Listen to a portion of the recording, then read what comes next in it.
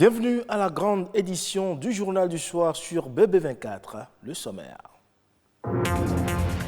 C'est une maladie neurologique qui se traduit par une activité électrique anormale du cerveau. L'épilepsie touche environ 50 millions de personnes dans le monde. Les causes sont dans certains cas génétiques, mais dans la plupart des cas, elles ne sont pas identifiées.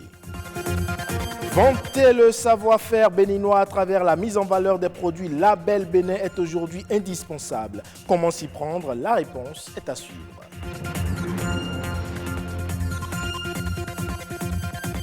Enfin, on parle de la lecture qui sème en nous des idées, des connaissances, des rêves et des aspirations. Mais si elle permet d'apprendre de nouvelles choses et de se former, tous les livres ne sont pas conseillés aux apprenants.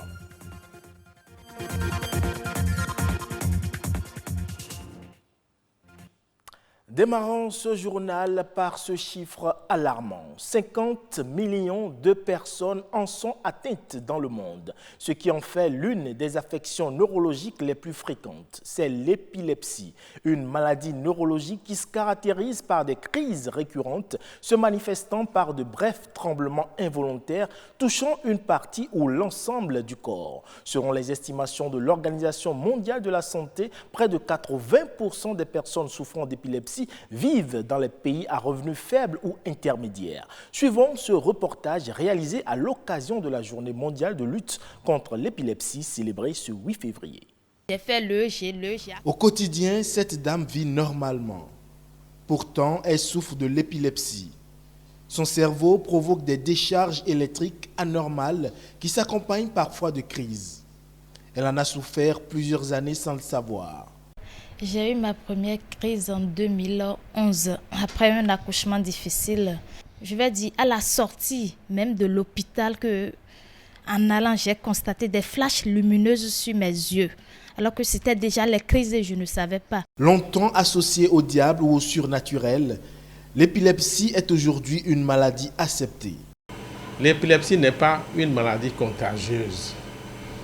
Ce n'est pas aussi une maladie due à un pouvoir maléfique. Bien qu'elle ne soit pas contagieuse, c'est une pathologie très handicapante pour les personnes atteintes. Une crise d'épilepsie, c'est comme un orage. C'est comme un trouble brutal et momentané de l'activité électrique du cerveau. On peut avoir des crises dues à une anomalie structurelle. On parle d'épilepsie structurelle. Il y a des anomalies d'origine génétique, donc un peu héréditaire. Il y a des anomalies d'ordre métabolique. Il y a aussi des anomalies d'ordre infectieux, des infections. Il y a des anomalies auto-immunes. Et dans certains cas, on n'a aucune cause. Selon l'Organisation mondiale de la santé, plus de 50 millions de personnes souffrent de l'épilepsie dans le monde. C'est l'affection neurologique la plus fréquente après la migraine. Aujourd'hui, il existe de nombreux traitements. Les médicaments classiques existent. Nous avons le phénobarbital qu'on appelle le Gardénal. Nous avons la phénitoïne. Nous avons la carbamazépine qu'on appelle le Tegretol. Nous avons aussi la dépakine qu'on appelle l'acide valproïque. Il y a des épilepsies qui peuvent, avec le temps sous traitement, disparaître complètement.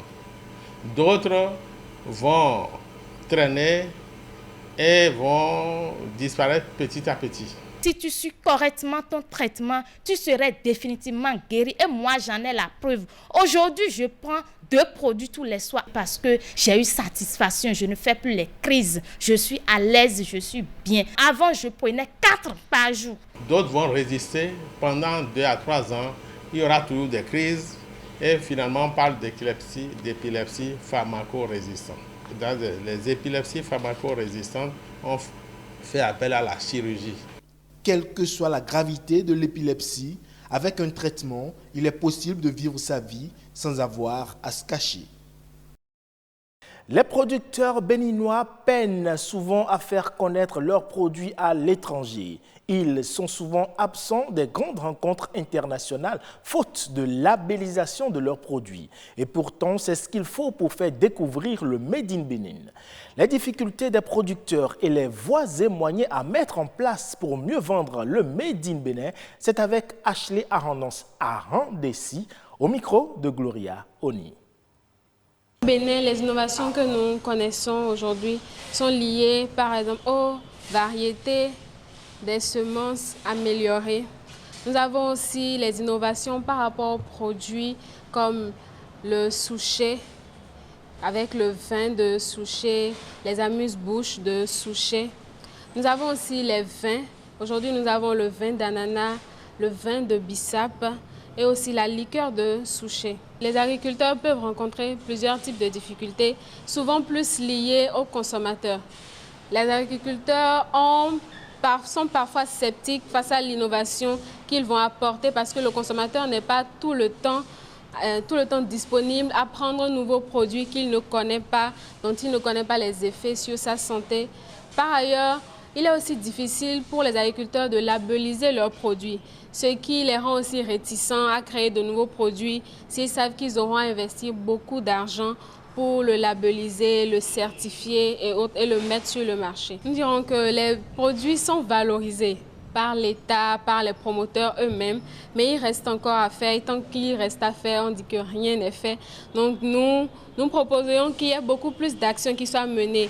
Par exemple, pour la valorisation des filières, par la création d'associations de producteurs ou de transformateurs, en rendant accessible les connaissances par rapport à l'importance de la certification, des procédures de certification, de la labellisation des produits, en montrant l'importance aux agriculteurs, transformateurs, des événements qui leur permettent de promouvoir, de valoriser leurs produits, comme les foires, les salons et autres, tout ce qui leur permet de montrer au public l'innovation qu'ils mettent à leur disposition et de montrer l'importance pour leur santé, pour leur vie. On parle littérature. Reconnue comme l'une des méthodes de succès, la lecture permet de développer la mémoire ainsi que les capacités cognitives de l'apprenant. Elle est tout aussi importante et très utile pour le développement personnel. Néanmoins, tous les livres ne sont pas conseillés aux apprenants et étudiants. C'est ce que nous révèle ce reportage signé François Issou et Iliad Bokovo. Victor Hugo a dit « Lire, c'est manger et boire ». Que l'esprit qui ne lit pas maigrit comme un corps qui ne mange pas. Et qui parle de lecture, parle de culture. Tout comme le sport, la lecture est une activité qui enrichit la mémoire. Fondamentalement, ça vous permet de développer votre imagination, votre créativité. Parce que nous sommes tous amenés à rencontrer des challenges aujourd'hui. Et face à ces challenges-là, il faut faire preuve de créativité et de pouvoir, une certaine capacité d'anticipation. Et c'est des qualités que vous pouvez développer à travers la lecture. D'accord? Et à côté de cela, vous avez également le développement de votre vocabulaire, de votre niveau d'expression. Réussir sa scolarité au secondaire et même à l'université nécessite, entre autres, une certaine culture littéraire. Mais tous les livres sont-ils conseillés aux apprenants et étudiants? Ce n'est pas tout qui est bon à lire. Il faut toujours avoir un certain intérêt dans ce que vous lisez. Les élèves, quand ils lisent les Harlequins et tout, ils sont à la recherche d'une certaine sensation, ils sont à la recherche d'un certain objectif. Mais nous les amenons à dépasser cet objectif-là. J'ai des journalistes en face de moi. Si je vous amène des livres sur le journalisme, comment être un bon journaliste, les b.a.-ba du journalisme, ainsi de suite, vous serez intéressé à lire, n'est-ce pas? Et donc, il faut que chacun trouve son intérêt, d'accord, avec le livre qu'il a en face de lui. Et c'est cela qui l'incite davantage à lire. Et donc, tout n'est pas nécessairement bon à lire, mais il faut avoir un objectif derrière, il faut savoir ce que vous voulez. Et en fonction de ça, vous pouvez maintenant chercher le livre que vous voulez pour pouvoir le lire. Pour inciter élèves et étudiants à la lecture en associant les nouvelles technologies, une alternative est trouvée, celle de la lecture numérique.